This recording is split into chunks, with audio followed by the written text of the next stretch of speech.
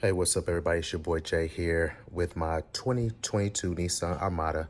I'm gonna change the engine air filter. They wanted to charge me, I think, between 50 to 70 bucks to change it, but you're able to get this filter for $24.99 at AutoZone, O'Reilly. So the first thing you need to do is pop these clamps.